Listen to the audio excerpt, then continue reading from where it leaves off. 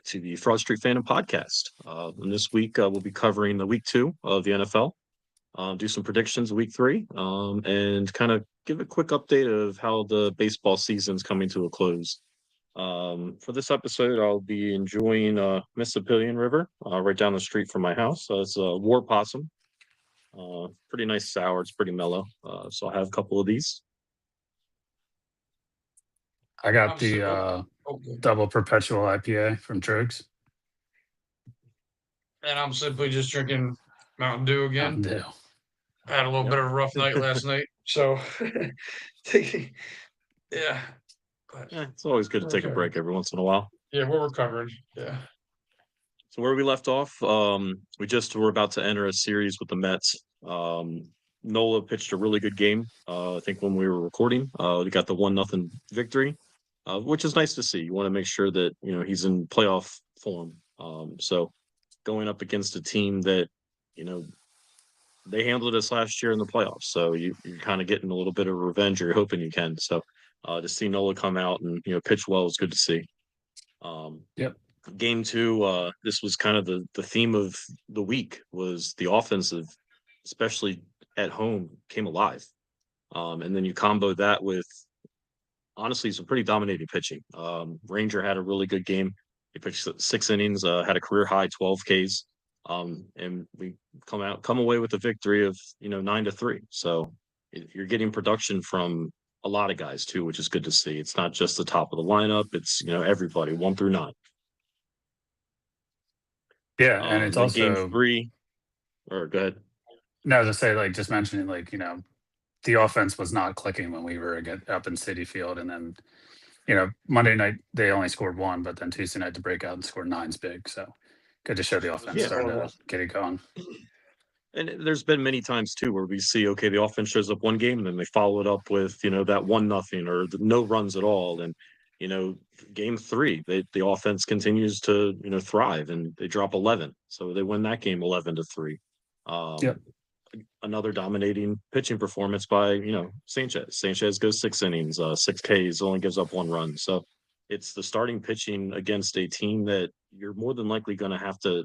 I don't know if the Mets are going to work their way out of the playoffs, but you may have to face them in the playoffs. And having that pitching staff perform like that at home when you need to, you're trying to clinch the division at this point, and that's the team that you're competing with. So it's good to see, Ranger comes out, Nola comes out, and Sanchez. It's like those are the guys that you're going to rely on in the playoffs. So especially Nola, because we've been questioning what he's going to do at some point all the time. So yeah, he's been off and on quite a bit this year. Definitely having a down year, but the good thing, even still, we lose Wheeler, and that's a big, a big hit, especially in the pitching staff and just to the team. But to have these guys step up and kind of fill in, and it's obviously you want to make sure you have Wheeler on your team and have him available, but it doesn't seem like they missed a beat too much, especially with the. And it's like a new role for him, where he was the number 2, no question, and now he has to be like, whoa, am I even number 4? He has to adjust to that, or he's not the guaranteed guy anymore. Yeah. So, and then I think we all tend to we bring this up every time. It's like they always tend to lose the last game of the series. They'll win the series, but they just can never go sweep. But they were able to come out and get that 4-game sweep. Luzardo struggled a little bit early. He gave up 4 in the first inning, but after that he retired the next 22. So and then on top of that, the bats, basically coming back and putting, battling back basically, and having a 6-4 victory. So sweeping the Mets, taking those 4 games, it's the magic number is within reach of clinching the division pretty early on. I think moving into the weekend series, we have Kansas City coming in, and then eventually the Dodgers. So you want to make sure that you're positioning yourself, like you just mentioned, Cam, with the home field. And is this something that they're just a different team at home? So it's something that I think that they want to try to position themselves, 1, to get the bye, to get healthy, I think. But 2, it's just having those additional games in Philly with the crowd, with how the offense tends to perform. I think that's going to be one of the keys to the playoffs. Yep. And you avoid potentially a series going up to City Field for an extended amount of games, right? If we meet in the We want to avoid that. DS, it would only be going up 2 games. Yeah. And then CS if they somehow match up there, depending on what happens with the Mets. But Well, I the mean, other good obviously thing the too Phillies, is they know that they have the fans that are behind their back, and they play different yep. at home. And the other good thing too is like we talked about it before, of like just bury this team. If there's some kind Yeah, of ghost or whatever that they have in City Field, just bury them, get them out of the playoffs, and sweeping them and having that that edge over them. You're doing what you need to do. So yep, I would like it to where it's you beat them, knock them out. I think the Reds would be the ones that get in, or the Giants. Between the two, they're all contending. But if we can make it to where the Mets don't make the playoffs altogether, we don't have to worry about it. Let's do it. yeah. That'd be a beautiful thing. So, But they're Yes, it yeah, would. as of today, they're sitting 2 games up on the Diamondbacks, and we start a series with the Diamondbacks. So hmm so yeah, going into the weekend, they had Kansas City come into town, another team that's trying to get into the playoff picture. But offense continues to thrive. Game one, Bueller, it was his debut. He actually pitched pretty well. He had 5 innings, Yeah, only 1 earned, which is nice to see because I think he's going to be a good piece, especially in the bullpen come playoff time. very And he hopeful. has that experience. We talked about that in the last episode. So to see him come through and in that debut actually pitch really well was good to see. yeah, So they get a 8-2 victory there. Then game two, we have another Taiwan sighting. So he didn't pitch great. It was kind of like a normal Taiwan outing, but we were able to come away with another win, 8-6. So it's just good that over the last week, they're having games where they score 9, 11, 6, 8, 8. It's they're putting up the runs, which is good. yeah, It seems like we talked about it, earlier in the year. It's like you want to make sure you're playing good baseball at the right time. And September is kind of that time where you want to turn it on. So I'm happy to see that. It's not like last year where, April and May they went on a tear, but ever since they got back from London, they were just a 500 team.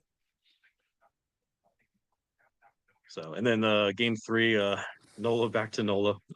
He pitched good early on, but 5th and 6th inning, he couldn't solve got Salvador crushed. Perez, and just Yeah, and I mean that goes back to Um, kind of what we're saying, right? Like we win the first 2, drop the third. mhm. So it's kind of like we thought we were past that after sweeping the Mets, getting that 4th win, and then we have the 3-game set with the Royals where you win the first 2 and then you drop the third. But I mean, again, Yep. like at that point we could have clinched the division on Sunday Yeah, because the the magic Mets number kept was 1. losing, and it would have been nice to clinch it at home and then go to LA and have your celebration at home. But then obviously they couldn't get it done. But yeah, Yeah. Well, it leads us Well, right I'm not into it. stoked they The did. magic number was down to 1. Now we're going out to LA. So, game one, this whole series was very back and forth. Like the Dodgers will put up a couple runs and we would answer back. And it was kind of the theme of the entire series. But, game one, back and forth. They're down 3-0 early. They fight back. And, they're able to, Duran gives up the home run. So they tied the game in the yeah, ninth. He blows the save. But then we're able to, manufacture some runs with, double steal, and, we come away with the victory there. Robertson comes in, bases loaded jam, gets out of it. So overall, good win. They clinched the division, which is awesome to see. They did yep. it in LA, so it wasn't in Philly. So you know what happens? They're popping bottles. And I wasn't sure what they were going to do this year, just based on their experiences in the past. Of are we over this kind of party theme? But Brock's boy Stubby came up, Yeah, DJ called Stubbs, him and right. next thing you know, the party ensues. So, and it was I funny. did I know think we it were was a talking little about it, but ridiculous. I wasn't sure why they were partying that hard when I'm like we haven't really won anything. I mean, we won the division, but we've been through all this, like you said, and we got to get through that again. Like, yeah, I mean, I was thinking about that too. And it's like, do you want to not have that celebration? But not everybody on the team was there in the years past. Obviously, you have the main core, but you know, you have these guys that come in to help out. You have your Durans, you have your Harrison Baders. It's like now they get to be in that environment and Luzardo. kind of see what it's all about. So I agree. It was kind of like, all right, we've been here before. Let's, focus on the next steps. So I know we were talking about it the next day of like, oh, what's this lineup going to look like the next day after everybody was, hungover and, partying. So, but a lot of the starters were in. So Yep. It seemed like everybody was there. They were a little I don't know if you want to call it like maybe they were still a little hungover because Otani was pitching, which isn't, a good mix Yeah, he anyway. was But dealing. they didn't get anything going until once Otani left, honestly. He pitched 5 innings, but we beat up on that bullpen pretty well throughout the series. Yeah. And their starting pitching was good. Snell was good, which is the game 3 winner. Otani looked great when he was pitching against us. No hit. But 5 innings, no hit. yeah, and it was, once he got out of the game, that's when we came back.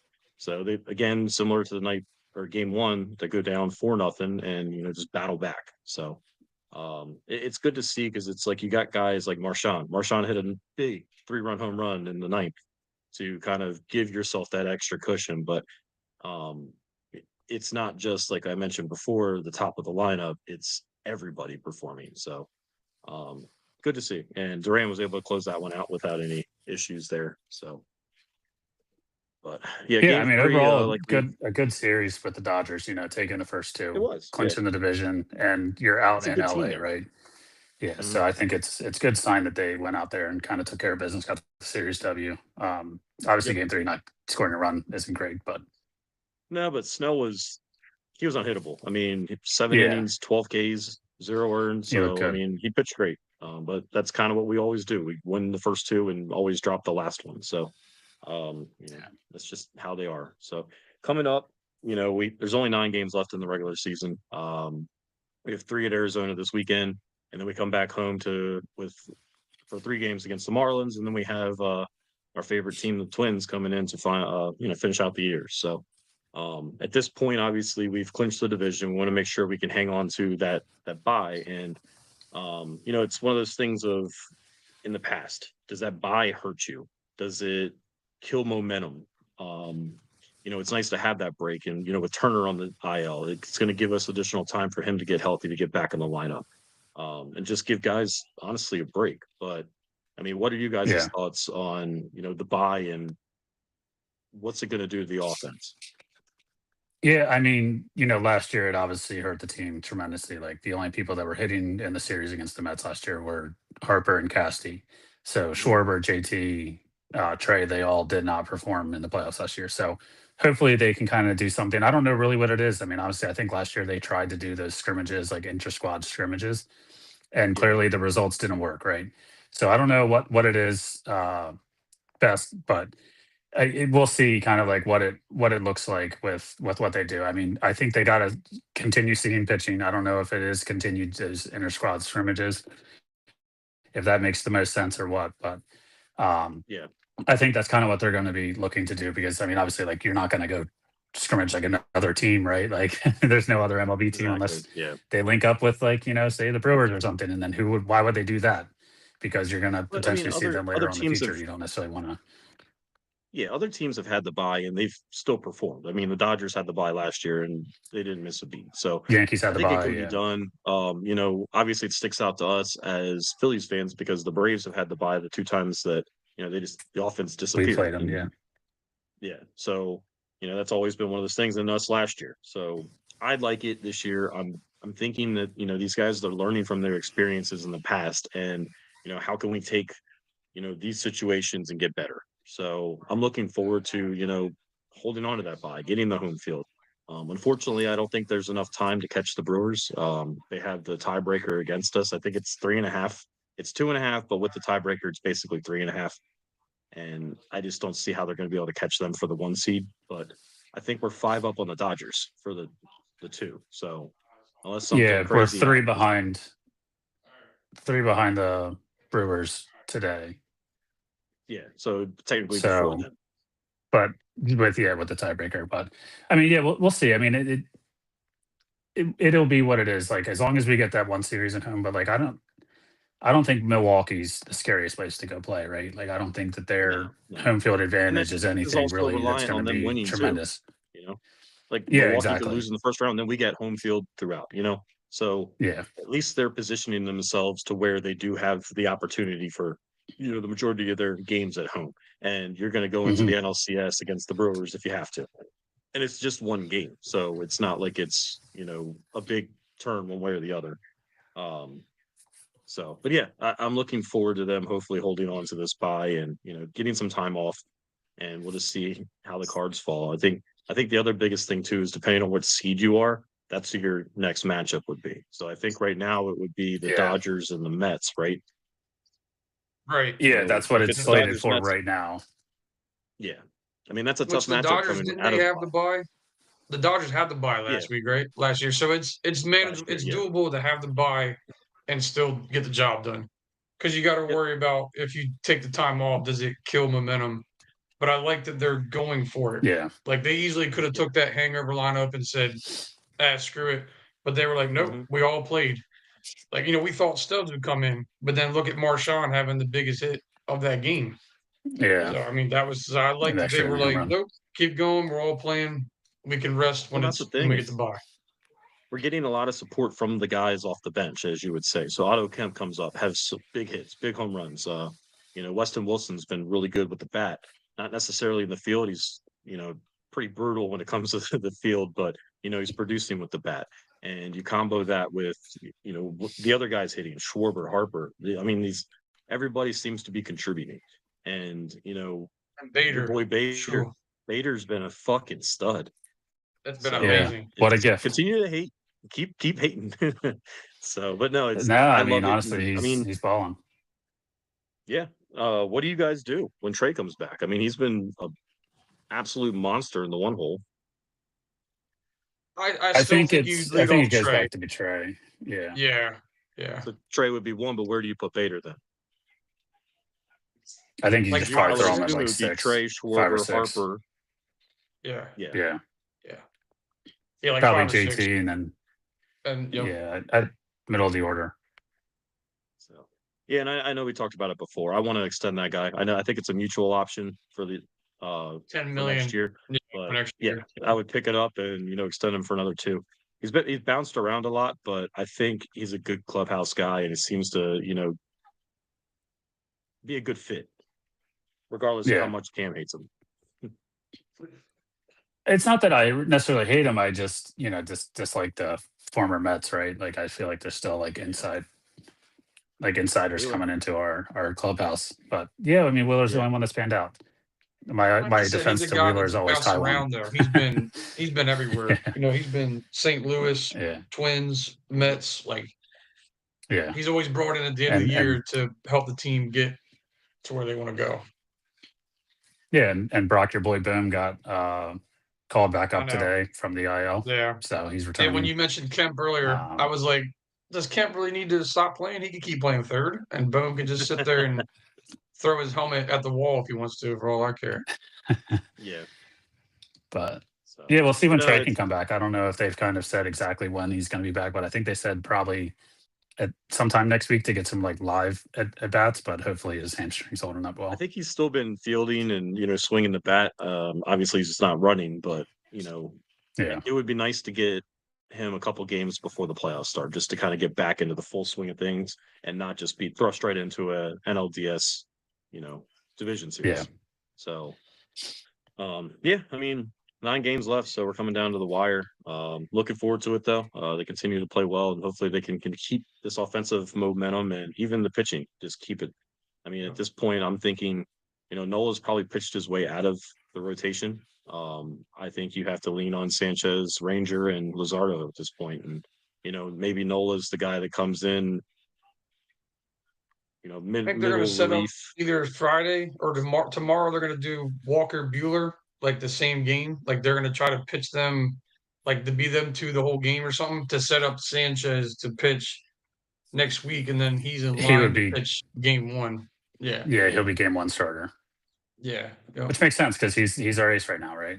Like Oh, yeah, he's 100%. been the Yeah. best pitcher on our team since Wheeler's been out. So you got to run with him hmm as the one. So good, yeah. So we'll see. It's definitely going to be an exciting end of the season. And I'm sure our next episode we'll talk about kind of how the playoffs are positioned. We'll know then where everybody kind of falls, and we can look at. Hopefully, we're looking at a series that we're going to be playing the winner of.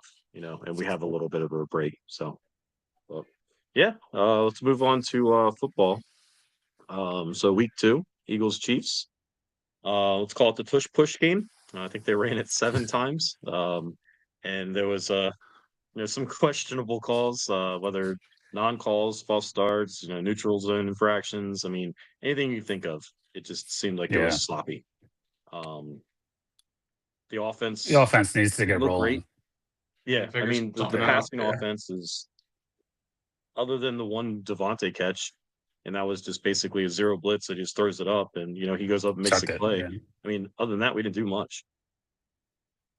No, they got to figure out how to get the offense. I don't know if it's the offensive plays, if they're being super conservative, but it ultimately ended up being just we get to 3rd and 1, we run the tush push.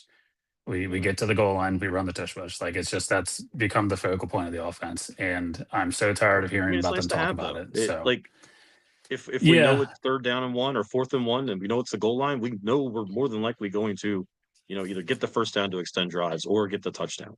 So if they're going to, are they going to ban it? It's going to be every year that they're going to talk about this. But, just kind of, as we said, run it into the ground then. If they're going to eventually ban it, just make a point. 7 times a game, 10 times a game. Until they can Cam was just saying the play calling hopes to get, 8.5 to 9 yards, and then boom, we're going to do that. And Patullo even said, "Oh, I have plays coming." Well, let's see them. Like, do something besides a little swing pass to hope to get 6 yards this carry, little then a little curl like route, an extension boom. of the running. All right, tush push. Yeah, like, do something down the field. That way you can run the ball when they fear that you're going to throw it to AJ or Devontae. Yeah. Like, they got to do something. Like, the tush push it aggravates me. I know it's a play that we have, and it's like, yeah, if you can't stop it, keep going, but it can't be your whole plan. Like, you can't just be like, oh, okay, we're going to do that every time. Like, no, you can score many other ways. You have too much talent that team to push half a yard. Exactly. A lot of plays a game. And I mean, Saquon had a good game. Like, he had 88 yards in a TUD. It's just, he had 22 carries, which isn't great, like only averaging 4, and he didn't necessarily break one. But through the air, and so consistent throwing, not relying on the running game, because what they're going to do is they'll just bring everybody in the box, and it's that's what the Chiefs did. Jalen's gotten better at picking up the blitz and things like that, but I mean, I think they said they ran 0 blitz 7 times, so it's like it means they're bringing another person than what you can block, and a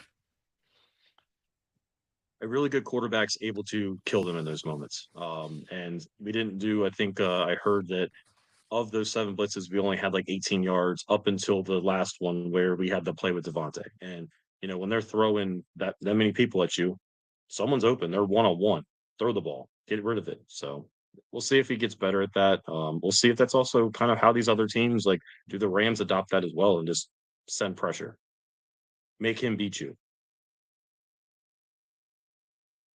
So I think you don't want to see him beat with the legs, but you would like to see him beat you with the pass. I mean, obviously AJ Brown has been a big talking point this whole season, or this season so far, about not necessarily producing in the stat department. Yeah, how many more games is it going to be before he's reading books on the sideline? He said he's done. I think he's done. He's done reading. He's done reading. He finished the book. He's tired of giving out free publicity on every author's book. So he's done with reading anymore. I mean, he had 5 receptions, 8 targets. So like they tried getting the ball. Yeah, it was 8 targets. So they're trying to get him the ball, but short field. Yeah, it's like, get the ball downfield. Like, I don't want to see these 8-yard, slants, and then we're setting up the tush push. Exactly. Yeah. But Zadarius Smith, we signed him after week 1. He actually had a really good game. Coming with no training camp, no nothing, just right onto the team. He was impressive. Yep. Yeah, I like the way he impacted the game there for sure. So it's good to see because we need that defensive edge rusher. Yeah. Especially with all the young guys we have, he's a veteran that's done it, and he's just like, yeah, I played against all these teams numerous times. This ain't nothing to me. I know exactly how they play. I line up and go after the quarterback. Yeah. Quarterback get ball. Go get quarterback. Yeah. They're able to come away with the win. It wasn't impressive, I don't think. I think the defense looked pretty good. The only thing Kansas City really did was Mahomes killed us with his legs. And a lot of that is, being in man coverage and, your back's to the quarterback, he just gets, loose. But that's how Mahomes is. It's the type of quarterback that he is. Yeah, and if you So look back to week 1 with them against the Chargers, offense didn't get rolling until Mahomes started using his legs and kind of like running around out there. So I yeah, mean, he was what? So I have 187 yards for him last week. So like he definitely wasn't throwing the ball very well. I know obviously losing Worthy, losing Rice, for an mhm, extended period of time, like that's not great. You lose your top 2 receivers, but like you still have Kelsey out there. He obviously dropped that ball that turned into Makuba's pick in the end zone, yeah, but it's just more like Mahomes really wasn't effective, and I think that the Chiefs should be worried if you're a Chiefs fan out there. Like the offense hasn't looked good, and Mahomes he's just turned 30, I believe, this past week. yeah. Um, so it's going to be interesting to see what happens when they get the receivers back, but it ain't looking great right now. The run game isn't great at all. Pacheco had 10 No, like carries for 22 yards. Kareem Hunt had 8 yeah, for he 31. hasn't looked good at all, So Pacheco. no, Other than the one Super Bowl that we He's still lost coming against, it back was from the that. only time. He's still kind of working his way back from his injury. I don't think he's like full go yet. Yeah, so that's why they've but been yeah, keeping Hunt in there. But yeah, like I said, it wasn't impressive, but they came away with the win. So start the season 2-0. They have the Rams coming up. It's a rematch of last year's playoff game. I think the weather won't be as much of an impact in this one as it was last time, but um, no. that team's going to look to come back. And what does our defense look like against Devontae and Puka? It's like that's an actual receiving core that you have to worry about, and we saw Yeah. it when we played Dallas. Jackson did not look good at all. And they're just going to, if you have those 2 receivers, guess what? They're going to just throw on the opposite side of Quinion. And Stafford's smart and he can do some weird shit with his throws. So it's going to be interesting to watch. But I think having Jalen, it looks like, he's kind of not out there spitting on people right now. So that's good.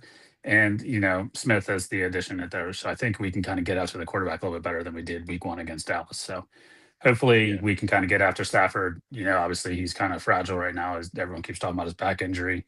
So we'll see if they can go get after him and how effective he'll actually be. But hopefully Adoree Jackson doesn't have to worry about too much. But yeah, that is a very scary matchup at Devontae Adams That's or Puka scary. versus Adoree Jackson. Yeah. Yep. So, and it would also be nice to get this offense rolling to, actually see some sort of a passing game. Like it would be nice if I'm not even asking for 100 yards, but let me get an AJ game of, 6 receptions, 89 yards or something like that, and a touchdown. And, Devontae, Yeah. similar kind of, performance. Yeah. And I Has mean, Dallas last Goedert come year, back? Is he going to be back? Goddard he'll be back. Yeah. He's a full Yeah, he participant in practiced practice today. And today. I So think he'll that be might have back. impacted. He was one of the leading targets week 1 when we played Dallas. So Yeah. I think having him on the field helps the passing game in a sense too, of just that blanket he can kind of dump off to. It seems like they do a lot of packages with Goddard to where he's kind of just rubbing off of linebackers, and it's like he's just that safety blanket, I guess you would say. So Yeah. And I think as far as like AJ goes, like I think it would be nice to see him go. But last year with Saquon, what do you have? Almost 500 yards in 2 games against the Rams. Like Yeah. he had 3 touchdowns, I think, over 60 yards against them in the 2 games. So I mean, it's like you kind of want to see that again since it was so good last year. But they may obviously it try and was a focus on recipe for stopping success. Saquon. So Mm-hmm. we'll see how they try and attack them offensively. But it would be great to see AJ get going. But if you need to run Saquon, let Saquon run. I mean, if he's only got 80 yards, Saquon can still run for 120. But Yeah. I'm thinking it's going to be some sort of like a high scoring affair, 30 something to 20 something. It's going to come down to the fourth quarter, maybe Yeah. very similar to what we had last year. Of it comes down to a fourth quarter, stop. Yeah. Should be an exciting game though. 2 good teams. Yeah, it is, and it's tough to have them, this early in the season. I'm surprised with the way that the offense has struggled and we're able to come away with these wins. I definitely don't think it's how you want to perform throughout the year. It's very similar Right, to what not the Chiefs were doing sustainable. last year, is finding ways to win. But Yeah. it would be nice to have a game where you convincingly beat the shit out of somebody. Yeah, stress free. Yeah, that'd be nice. Yep. So before we get into the rest of the upcoming matchups, some other notes from last week. The Packers continue to look good. They're definitely going to be a Super Bowl contender. They handled the Commanders pretty well, pretty easily. And it's starting to question of, is Jaden Daniels having that sophomore slump? Have defenses figured him out, or found ways to kind of limit what he was doing last year? But yeah, the Packers look good. I think the Michael Parsons addition was huge for them. But is Jordan Love going to be worth it in the playoffs? I mean, he does really well in the regular season, but he wasn't impressive last year when we played them, in Philly. So we'll see what Jordan Love can, do, having more experience, and yeah, I think they'll be, definitely a team that we'll have to contend with. And they actually injured Jaden. Jaden's going to be out this week. Yeah. They're going to be starting Mariota. So Jaden got a sprained knee, I believe is what it was. So they're obviously trying to not rush him out there, because it sounds like the same thing with RG3. RG3 has a sprained knee, goes out, tears his ACL. So obviously they're fearing kind of, their future of their franchise and trying to make sure that he stays healthy. So they're going to give him a week off, let Mariota run the team for a bit, and then hopefully get him back healthy. But I saw one of those memes where it was basically like the transformation, and it was Jaden Daniels the Animorphs transforming into RG3. Yeah, I saw that too. Yeah. So I know the Commanders fans probably, very aware of what Not happened with happy. RG3, and they're like, Yeah. no, can't happen again. Some other notable games, the Bengals, they beat the Jags, but they lose Joe Burrow for basically the year with turf toe. I think it was 3 months. 3 months, yeah. Yeah, he's out 3 months. So that's not great for the old fantasy squad. Not in the podcast league, but I had him in the other league. I was excited to finally have Joe Burrow. Too. Yeah, and it was a big trade acquisition in the offseason for you. Yeah. Well, luckily I got rid of Bo Nix for him, so that didn't necessarily hurt too much, because he hasn't been great either. But so I mean that is tough. I mean, obviously Cincinnati, we talk about them getting all the slow starts for the year, and now they lose their starting quarterback for a long period of the season, if not the entire season at this point now. Right. So it doesn't look great, but Browning did what he needed to do to win the game for him against the Jags. So yeah, he actually looked pretty good. Picks, though. Yeah, but I mean, he's also got 2 great receivers that he can, hopefully find and make them go get the ball. So maybe they'll make a move for a quarterback, say like a Kirk Cousins, if they want to try and go do that, or if they want to try and go get Jameis. Jameis is a fun quarterback. Jameis was the first so, name. I mean, there's some options out there for him. Yeah. Well, speaking of Jameis, his counterpart, I think this was probably the game of the week in my mind. The Cowboys Giants, just back and forth division matchup, but it came down to the wire. Fourth quarter, both teams went up and down the field. They ended up going to overtime. Wilson looked good until he got into overtime, but I think he had over 400 yards passing, and he had career high passing yards. He looks like Russell Wilson of old. Yeah, I don't know what the Cowboys' plan was against Malik Neighbors, because he just was burning burning by everyone. So he looked incredible.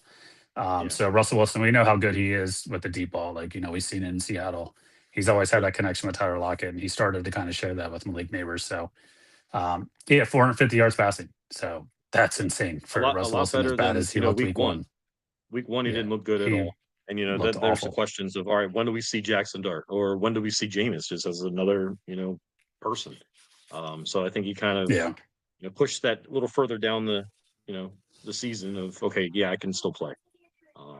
But yeah, Cowboys were able to come away with the victory. Aubrey, I think he hit multiple 60-yard field goals in that game. 64-yarder. 64, yeah. Kid's a stud. So Lions look really good. 64-yarder as time expired. So yeah. Mm-hmm. The Lions look really good. They dropped 52 on the Bears. This looks like that's the offense we saw last year. St. Brown had a good day. They're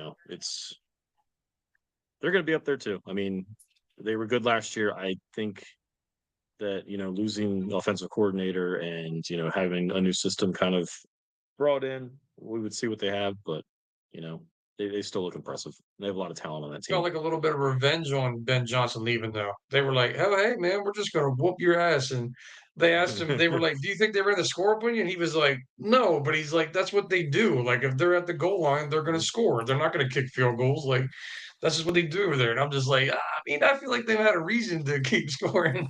Yeah. They were a little upset. Yeah. They So embarrassed them for Rams, sure. who we see this week, they look good against the Titans. They came away with the victory there. I think the jury's still out kind of on the Titans too, and kind of what Cam Ward can do. But he's still young, so give him some time. Game that is close to my heart, my betting heart. The Broncos lose a nail biter to the Colts due to a late personal foul. So they go to kick a 60-yard field goal, and the guy is over the center, which it's a penalty. So 15 yards, he misses the field goal, the 60-yarder by I don't know 5 feet, 5 yards to the right. So then Yeah, it give was him a off. 15-yard penalty. He nails it right through. So yeah, they lose that one late just on a dumb penalty. So I guess leading into the Sunday night game, even the Monday night games, there wasn't much that came out of that in my mind, other than just Baker Mayfield. That guy, I love the way he plays the game, and Yeah. fourth quarter comeback, drives right down the field, wins with a touchdown to basically close out the game. They still the W from the Texans. So we'll have him in a couple weeks, and he always tends to play well Yeah. against us. So what are your thoughts there? Should the Texans should Mix or Chubb went down? It was before the 2-minute warning. The Bucks had 3 timeouts. I think the Bucks just let them score, right? It was like a 20, 25-yard rush that Chubb took into the end zone.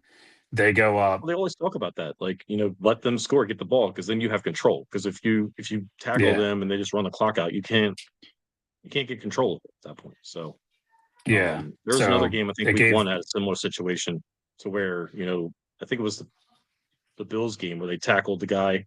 He went down on the 10, and it's like if you just let him score, you get the ball back. Get the ball back, yeah. So I personally think that if Chubb would have went down, they could have ran a couple quarterback sneaks or kneels, whatever they want to do. If they want to try and advance the ball, do the sneak. If they don't, take a kneel just to kind of burn those timeouts of the Bucks. Take your 3 that you need, and then you have the lead, and the Bucks don't have timeouts, and it's less time on the clock. But the Bucks had so much time and all their timeouts to run down the field. And Baker he showed up, like he turned into that dog, right? He had that dog in him for the last drive, and looked good. So I think that I think if it was the Eagles, they would have been the team like Saquon. He would have went down. He wouldn't have run into the end zone. I think he would have actually went down and been like, let me take the smart play and try and burn some clock and burn the time. And there's a lot of running backs that have that mentality too. Of I'm not gonna just pad the stats. What's better for the team. I mean, we saw last year. Saquon did it last year. Instead of going into the end zone, he downed it. And you see other teams that there's a lot of veteran backs. They tend to have that belief, and how much of that is coaching too. Of go down, especially if we have these opportunities. Like let's keep the ball. I mean, I remember back when Westbrook did it. Westbrook was doing it back in the day. Yeah, I think I had some fantasy implications on that one too. I think it cost you the championship. I would have believe helped me win I think the championship or something like that. It was some playoff game. Him going down, I needed that 6 points to, but hey, it was a win. Nick Chubb could have won somebody's matchup on when he scored. Like, what I mean? Someone probably had him. They're like, hey, I won my fantasy matchup. Who cares if they blew it? yeah. But I think Stroud still does not look good.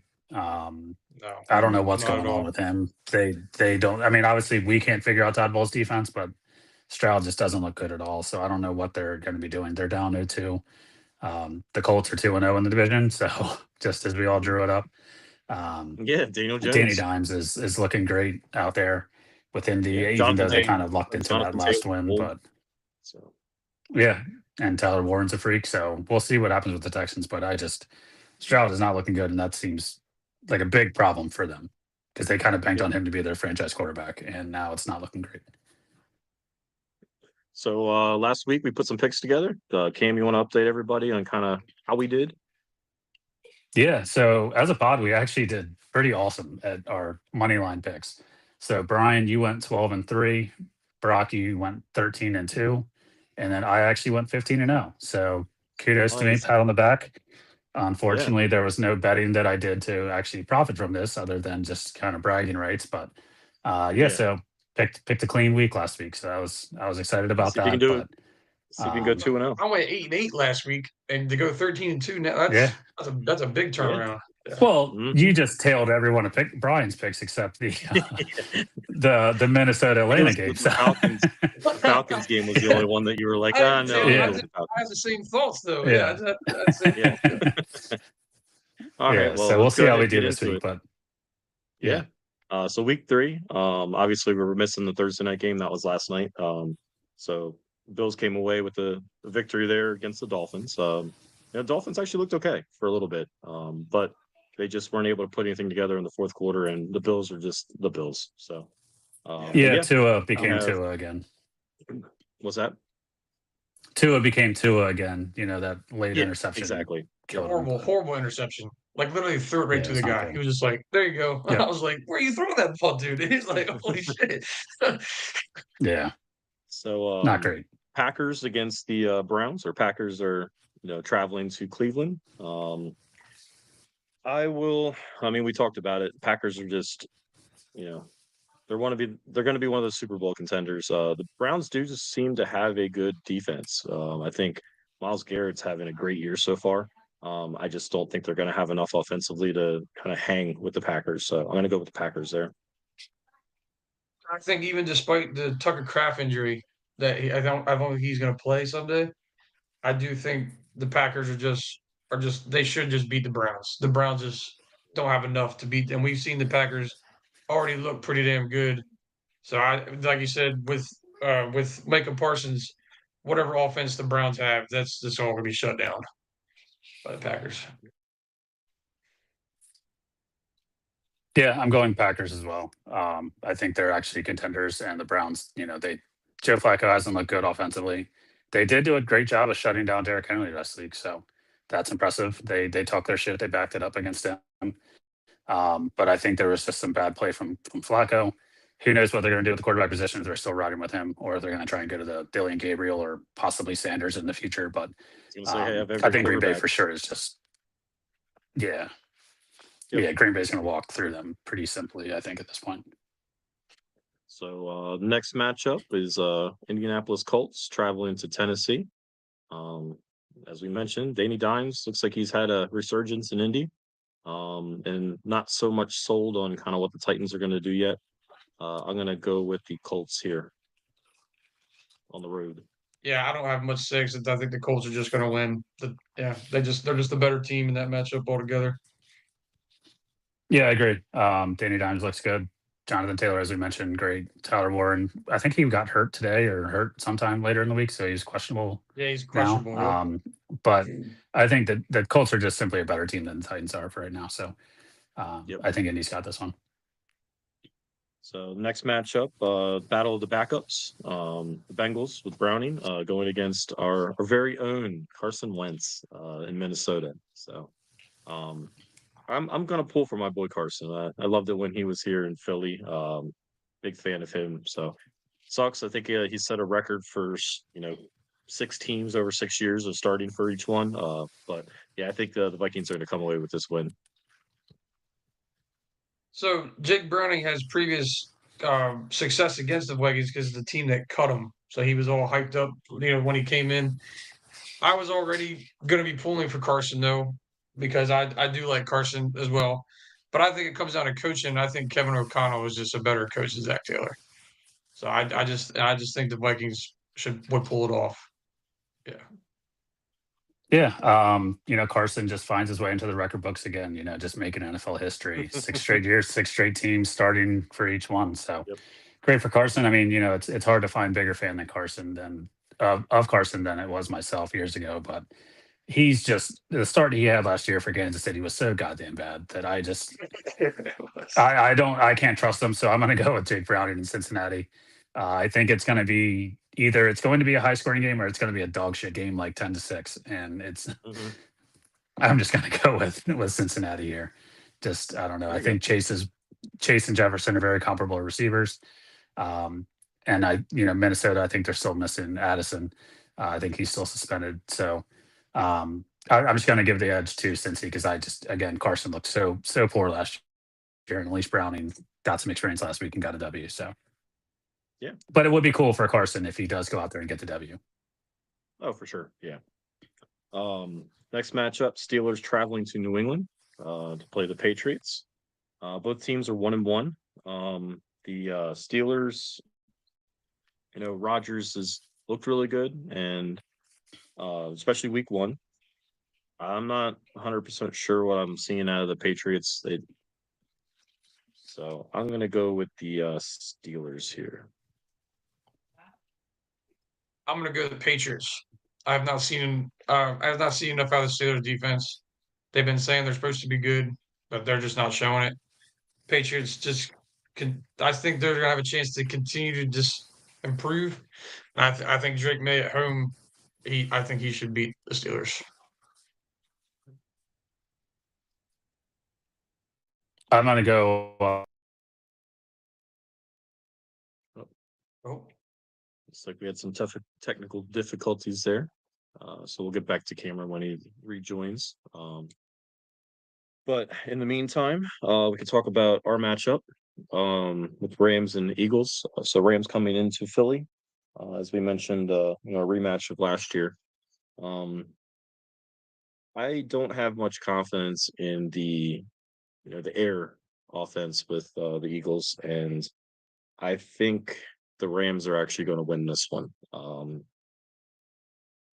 I think they're out for revenge, obviously, just from last year, and until I can see this offense look good consistently on both sides of through the air, on the ground, I'm gonna have to go with the Rams in this one. So I guess Cam, you just joined or rejoined. What'd you have for Steelers Patriots?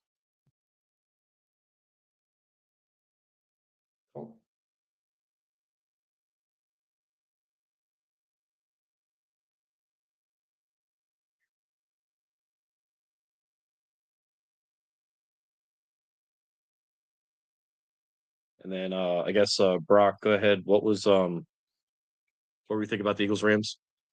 So the Eagles Rams game, I was thinking because of how tough our schedule has been so far, that this was one of the ones I felt like we weren't going to be able to pull off. So I think the Rams coming back, and I think they can pull it off. They've been looking really good, and despite 2-0, we don't look as good as they do at this current time. I agree with you. Cam, what do you think?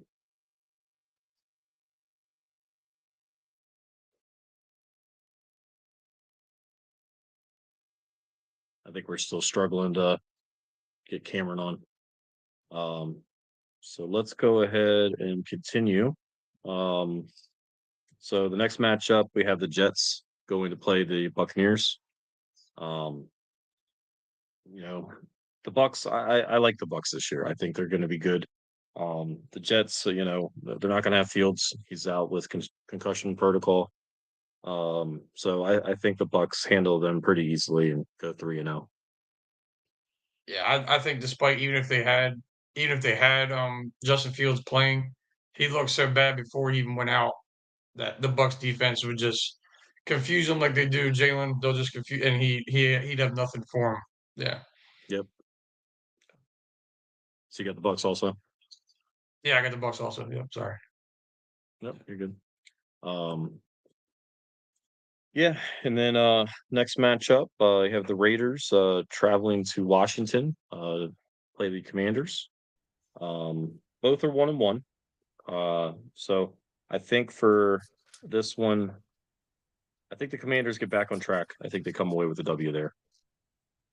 Oh. So I'm thinking because of no Jane Daniels, I think the Raiders come in there and win that game. Yeah, I have Geno Smith pulling it off. I just don't. I mean, we haven't seen Mariota in a while, so I don't know if he can. I don't know what he's got. He's up there in age. I mean, he can be a decent backup, but I just don't think he beats the Raiders. Back now, I think. Can you guys hear me? Yes. Awesome. Gotcha. Yep. Gotta love technology, boys. But yeah, so Vegas. I'm going Vegas. What other team matchups did I miss? All right, so yeah, you have the you went Vegas. You left off on the Steelers Patriots. Yeah, so Pittsburgh, I'm gonna think Pittsburgh bounced back. So All right, and then you got Rams Eagles, Birds, Birds, Jets Buccaneers, Bucks. Bucks, Even though they're and hurt, I then think that they're better than the Jets. I don't think the Jets are being run very well right now, so I'm gonna go with the Bucks and Baker. yep. And then we just talked about the Raiders Commanders. You said you're going with the Raiders there. Yeah, I'm gonna take the Raiders. I just again with Washington not looking great and then losing Jaden Daniels, I think that Vegas may be able to get this one. Yep. So next matchup, the Falcons traveling to Carolina to face the Panthers. Falcons are 1-1. Panthers are 0-2. I'm gonna ride the Falcons in this one. I have no confidence in the Carolina Panthers. So even though it's a division matchup, and the Falcons did release their kicker, which their new kicker went 5-5. So I mean, they must have figured something out with the new guy. But yeah, Bryce Young, I don't know. I really thought the kid could figure something out, but he just looks terrible. And Mhm. the Falcons and Penix and them just seem to do enough to they can do enough to win that game pretty good, I think. Yeah, I think Bijan Robinson's going to be a big factor in this game. If he gets going, I think he's going to carry them. But I'm going to take Atlanta. Just one thing to note for the Falcons is their kicker's now last named Romo, so hopefully they never need anything in the clutch. So we'll see how that goes. But yeah, so rest in peace to Young Wei Koo's Falcons career. He had some good moments there, but surprising to see him get cut. But he obviously didn't look great this year. So Yeah, especially this early. yeah, Must Yeah, have but been the Bucks something are just the like the reign team, so he was like, "That's the game you have to win," and he blew it inside a dome. I was like, "Yikes!" yeah. so. Next matchup, the 0-2 Texans traveling to Jacksonville to play the Jaguars. For this one, I think the Texans are going to get on the board for their first W against the Jaguars. God, what a terrible matchup! And there's a shit ton of 1 o'clock games. Like, good lord, I think the there whole is. Yeah. entire league plays at 1. But yeah, I don't know. I'm gonna go Jacksonville just because they're home. Mhm. They had good moments for their offense, and they did pick off Browning 3 times. So I mean, they if Stroud continues to struggle, and it could be that bad, I'm gonna go with the Jags. I'm going to go Houston. I think they figure out they got to get one win, right? They should be a good enough team to be able to get one. I think D'Amico Ryans is still a good head coach. I think they're going to figure something out on They the won offense last to be able to move the ball. So I think this is where they get their first one. Yep. Our first 4 o'clock matchup, as you mentioned, Brock, there was like 9, I think, 1 o'clock games. So the first 4 o'clock, we have the Broncos traveling to face the Chargers. Chargers are 2-0. Herbert's looked good. Broncos still have a pretty good defense. I think this is going to be a good game. I think it's going to come down to the wire, but I think Herbert's going to continue on his successful year so far, and I got the Chargers going 3-0. I also have the Chargers. It simply just comes down to quarterback play. Herbert's just better than Nick's. I mean, Broncos got, like you said, they got the good defense. Chargers are having a decent defense, even with Mac hurt, but they still got a decent squad, and they're home. So I just think they're the better squad going into that matchup. Yep, I agree. Chargers. Next one we have Saints traveling to Seattle to play the Seahawks. Saints are another team that I'm just not sold on. I wonder when the time comes to just kind of blow it up, trade Kamara, see what you can get for him, and just kind of rebuild with who Kellen Moore wants to like have him draft a quarterback or have him draft the players that he wants, as opposed to inheriting Riddler and everything else that they have. So we'll see what they end up doing, but I'm going to take Seattle on this one. Yeah, I could see him very quickly changing quarterbacks. He drafted that Shook kid, or however you say his last. It's got a weird pronunciation of his last name. Yeah, but I think he drafted him, so I'm thinking he's eventually just going to be like, well, I got to see if this guy has it, and just like you said, or they blow it up. Like because I mean, them and the Panthers are gonna be going for like the worst record probably. Yeah. Like it just looks terrible. So I'd say Seattle easily wins that game. Yeah, I'm rolling with Seattle as well. I think they looked pretty good against Pittsburgh last week. So New Orleans, they got a lot of problems. So I think that Seattle's going to win this one. Yep. Next matchup, 425. Cowboys traveling to Chicago to play the Bears. I like the Cowboys here. I think Cowboys come away with a win. Bears go 0-3. I'm gonna go for the upset. I'm gonna go Chicago. Like There see you them go. shock the world. I mean, you let Russell Wilson do what he did last week. I mean, I'm not saying Caleb is him, but he's gonna do the same. But I think whether Dunze and all them, I think they got an offense that could put up some points. And Dallas is not at home. That's the only if it was home in Dallas, I'd say boom blowout. But obviously, if it comes down to the kicker, who knows? We know who wins that one. But I think the Bears can pull it off and shock everyone. I think Dallas wins this one. I think it will be a high scoring game similar to their week against the Giants. I mean, even with the Bears getting absolutely shit on by the Lions last week, they still put up 21. So I think this may be one of those my bets that I put into our parlays is the over. So I think that Dallas wins, but I think there should be some decent high scoring in this game. And I think against Chicago has been the first 2 week of the NFC Offensive Player of the Week. Week 1, it was JJ McCarthy with the Vikings. Even though he had a terrible first half, he had a great second half. And then last week was obviously Jared Goff going against them and just lighting them up. So I think the Dallas offense is going to be too much for the Bears defense. But I do expect this to be probably very high scoring and think I'm going to go with the over on this one. Yeah. So then we have the Cardinals traveling to San Francisco to play the 49ers.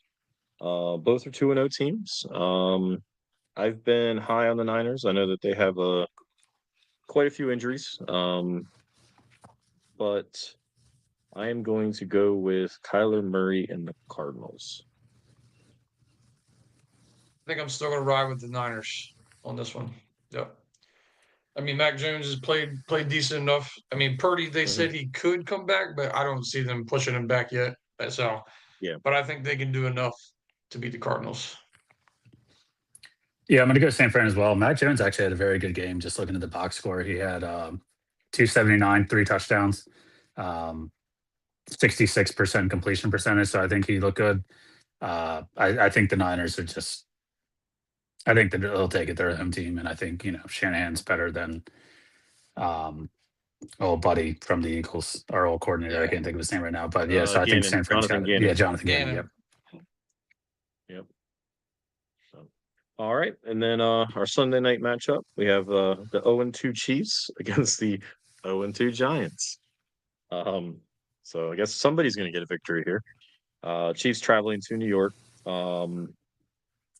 I am going to go with the Chiefs. I think they're going to finally get on the winning column. I don't trust the Giants, and I think Patrick Mahomes will do what he needs to come away with the W there. Yeah, I mean, despite what Russell Wilson did last week, I don't see him repeating that. I mean, the potential's there because neighbors and and company, but I think the Chiefs they're eventually going to figure it out to pull off a win, and I just don't see it. I just don't see them losing to the Giants. Yeah, it's probably going to be ugly, just the way the two teams have played this year. But I think the Chiefs got it. I can't see them going down 0-3. If they do, then it's holy shit, panic button. Yeah. Especially if the Chargers go 3-0. Yeah, it's tough. And losing one of the games to the Chargers, you're already kind of another half game behind, I guess you would say. Then the final matchup of the week, we have the Detroit Lions traveling to Baltimore to face the Ravens on Monday night. I think this is going to be a really good game as well. I don't think the Lions are going to put up 52, but I think they're going to do more than enough to come away with the victory, even on the road. So I'm going to go Lions. I think Derrick Henry's going to bounce back. So I mean, he could have another potential, run everywhere all over the field again. And Lamar at home on Monday night, I think he just does one of his games too, where he just goes nuts. Like the Lions will try to do their offense and try to play keep away and get down the field, but then the Ravens are just going to score too fast, and put up a lot of points, I think. Yeah, I'm going to go Detroit as well. I still think that they're one of the better offenses in the league. Baltimore's defense hasn't necessarily impressed me too much. Obviously, week 1 they blew it against the Bills, and then week 2 they had the bad Browns. So I think Detroit's got enough to take this one, but I think this will probably be like a 35-34 game or 34-31, something similar like that. Like it's going to be a high scoring game between those two. Yeah, I think it's gonna be a good matchup though. Oh, for sure, it's definitely the matchup of the week. Want to watch? Yeah. So let's dive into, and now we're finished up with the picks. Let's go over to our fantasy league. So last week in our podcast league, I played Fraud Street Brock. So we had a battle of the podcast guys. And Brock, you put a beating on me, bud. Regardless of 48 points out of Jared Goff, I still found a way to lose. But I think yeah, you had 25 out of your kicker, which was pretty And I impressive. also had the Tucker Kraft and the Jordan Love combo, which paid off beautifully. Yeah, about 50 points between the two of them. Yeah. So no, yeah, congrats on the W. Thank you. See how we do in baseball. And then Cam, how'd your matchup go? Yeah, I didn't have a great week. Snuck by against Diamond State box breaks. Josh Allen, broke his nose, didn't look good against the bad Jets. So I thought that would be better, but Sutton only got 1 point. Jameson Williams, thank God he had those 2 touchdowns because it was a very poor week for out of my team. My defense got 0 with Denver. So yeah, it was not a good week for the old fantasy squad, but this week, obviously, Josh Allen played last night, did a little bit better than he did last week already. So off to a better start. Yep. Yeah, and then what's your upcoming matchup this week, Cam? So I'm playing Tyler. I've got Josh Allen and Tyreek Hill that already played so far. So Josh Allen did pretty well. We'll see how we do with this. How do you guys feel about the scoring with the kickers? I know you just mentioned Brock had 25 at his kicker. Basically, it's every 10 yards for a kick is a point. So if it's a 20-yard field goal, it's 2 points. I think it's pretty interesting. I know a lot of fantasy guys like to get rid of kickers, and it's not necessarily like the true fantasy way because, no one likes people that kick balls. So that's what I said. I have a league where they got rid of kickers, and it irritated me when they did it. Because I feel like if you're paying attention league wide, know if you're going to have a kicker, like especially if it's like Aubrey. Like I heard people the other day said, "Oh, I can't draft Aubrey because he's a Cowboy," and I'm like, "Well, look what he's getting me in fantasy." And I'm an Eagles fan. Like I don't give a shit who he plays for as long as he puts up. Yeah, he makes 60 half of his games are going to be home. Yeah, in a dome. And he has a fucking leg on him, so I'm taking him anytime I can. Right. I'm like, man, you got to know that if there's a bad offense, but they have a great kicker who's accurate and everything, is going to get you points. That's what you're going to. You don't just take a kicker by the team. You got to pay attention to every single thing he does and be like, I'm going to win my matchup on Monday because he's going to make 5 field goals right down the middle.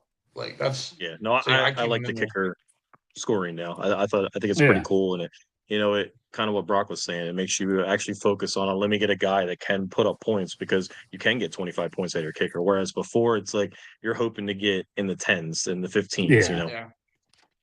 Yeah, I have my boy Cameron Dicker. I roll with him in fantasy. So there you go. He's also a good kicker, and the name is pretty funny. Eagle for a game, 2 games. Yeah, for a game. Yeah, a game, I believe. And then we got in Jake, obviously, so that worked out well for the Eagles as well. But it's good to see him over in LA now doing well. So, yep. So my matchup this week's against Brandon. After the Thursday night games, I'm sitting with 40 points right now. But yeah, we'll see what my team does. They kind of struggle. Mark Andrews has been bad the first 2 games, so hopefully he can get back to his old self. Yeah, who you got, Brock? Facing Laser Arm Kenny.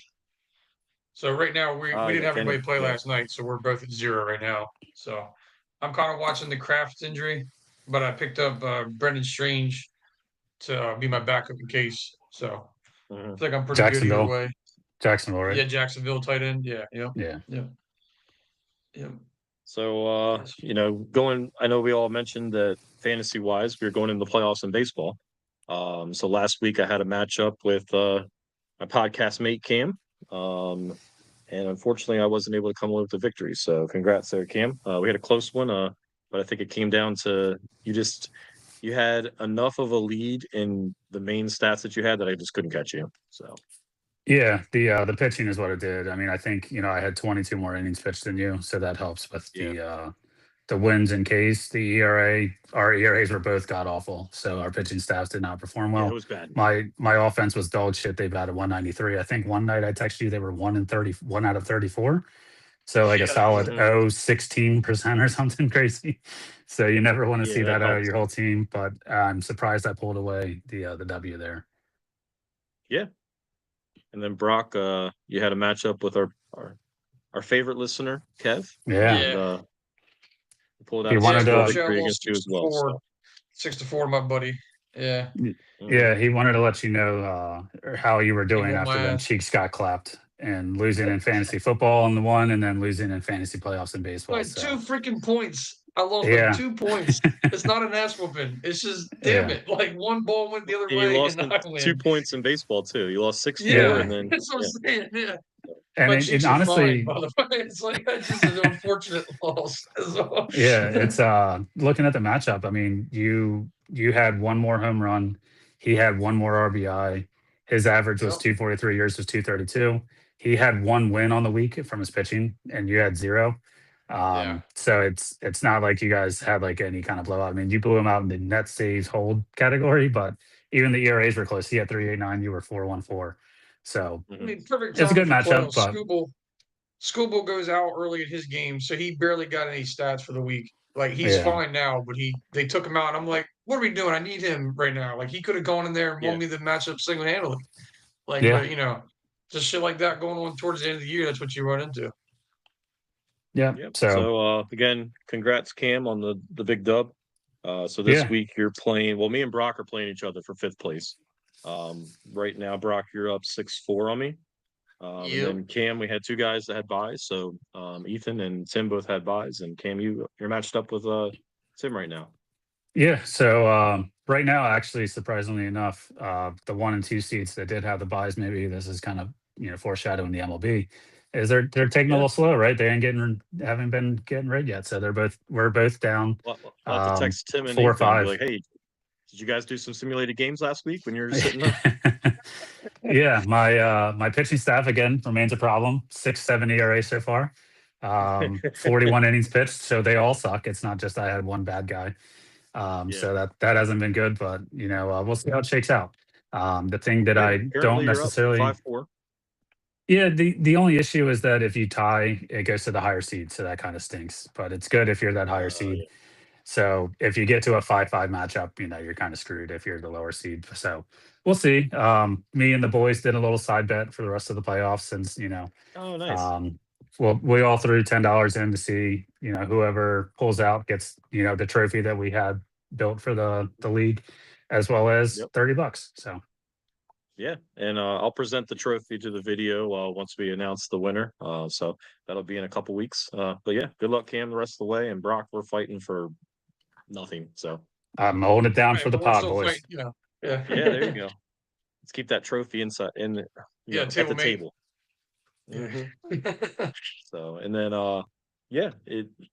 get into some bets. I kind of foreshadowed on one a little bit earlier with the Broncos game. So I put together a couple round robins. I did one for touchdowns where I picked 7 guys and I needed to basically just hit 5 and get a decent amount of money. I ended up hitting only 4. I hit them all in the first half, which was nice because I was like, okay, the second half, let me just get these other guys anytime touchdowns. But wasn't able to put anything together there. And then at the 4 o'clock to Monday night games, I put a round robin in to get I think it was 6 games total that ended up putting together in the bet, and I was able to. I did 6 games. I needed to hit 4, So if I hit 4 of the 6, then I at least get some money back. The Broncos game was one of the ones I missed. I missed it by that field goal. So that would have been 5 out of 6 and it would have been, pretty good payout. But, I'll look at putting, some more together this weekend, probably the anytime touchdowns. And maybe I'll take more of my picks that I have that we went over earlier and kind of parlay some of them together. How'd you do this weekend, Cam? Yeah, so actually one of the parlays that we put together for the podcast, my parlay hit. So it was Rams, Patriots, and the over in the Steelers game, I believe. So it was like $10 to win 50, so not bad. But yeah, Not hit bad at that all. one. The anytime touchdown parlay that we put together, I took, that's on me, guys. Do the Donovan chest pad, that's on me. Took Derrick Henry thinking that he would go off against the Browns, and he did not. So they just completely shut him down. That was their main focal point. Obviously, they still got blown out, but they ruined the bet for us there. So unfortunately, we'll go back to the drawing board on the anytime touchdown parlay and hopefully get you guys some wins. I know Kevin Yeah. did follow me on the parlay, so he was appreciative of that. So if you guys are out there listening, make sure to check out the Instagrams and Facebook page. We do post the bets out there on Saturdays or Sunday morning, depending on when we get them all in. And if you guys want to Might ride wanna with us, listen ride to with us. Their 2 picks. I'm not very good at this stuff. Yeah. You can No, tell you're I'm good. not I'm not really in this either. segment. I'm No like, I'm one's good trying at to betting. figure it out. But yeah. Yeah, my bank No account one- tells me that I'm not good, or my Yeah. account on Bet Rivers. Just wait till you see my record with college football, Brock. Thank God Georgia Cool. pulled it out last week. It would have been like 0 for my last 15 bets in college football. So Yeah, Oh, I wouldn't wow. even touch It- college it's football. tough. Yeah. yeah, it's bad. So luckily I hit the parlay on Sunday, and then I also ran another bet Monday night. Bet Rivers has just been blowing me up with second chance bets and bonus bets. So I've been taking those, putting them on. So I did one with the Bucks money line. They were the underdog, surprisingly enough. I think that's because Houston was home. And then I parlayed the Bucks and Chargers money line and hit both of those Monday nights. So that was fun to see as well. Nice. So yeah, stay tuned. Like I said, we'll post up some parlays for everybody. Hopefully, we can win you some money as well as ourselves. Yeah. But yeah, looking forward to the upcoming week of Phillies baseball against the Diamondbacks, as well as big game against the Rams, big rematch game. So we'll have some more content for everybody. Next week. I think we're going to try to record early in the week, kind of before the Thursday game this time. But we'll see how that works out with schedules and everything. I guess the other thing I wanted to kind of announce to everybody is we're working on putting some merch together. We have a couple designs out there for some t-shirts and maybe some hats. So yeah, stay tuned. We'll post it up on the socials, and if you guys are interested and want to help support us, feel free to pick up a hat, pick up a couple shirts, that kind of thing. Yeah, for sure. Sorry for the technical All right, difficulties. exciting stuff. Hopefully next week we don't have to deal with that again, but we'll see. Yeah, we're still learning. So just fake it till we make it, right? That's right. All right. Cheers, everyone.